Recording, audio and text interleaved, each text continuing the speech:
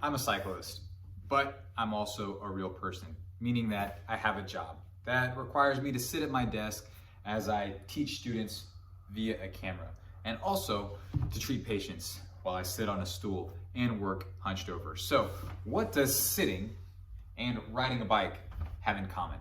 Turns out there's actually a couple things, and it turns out that those things are not always all that great for us. Wahoo trainers are loud. Okay, the first thing that cycling has in common with sitting at a desk is that it shortens your hip flexors. So in almost any position on the bike, your torso is going to be forward flexed, right? You're going to be forward flexed in relation to your hips.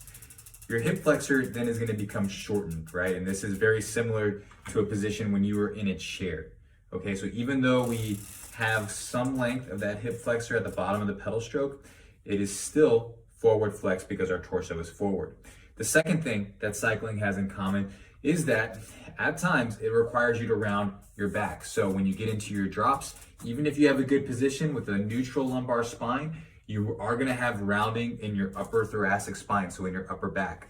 The last thing that it has in common with sitting is that it requires cervical extension. So especially when you're in your drops, or even if you're on your hoods in a low position, you're going to crank your neck backwards. That's cervical extension, especially at the upper cervical spine. That mirrors in some ways a lot of what we see in the sitting position, right? So because there are commonalities between what we do on the bike and what we do in our day-to-day, in terms of the muscles that we shorten, that can give us an idea of what areas we need to work on in our mobility program on the daily, right? So in my next video series, I'll show you what to work on.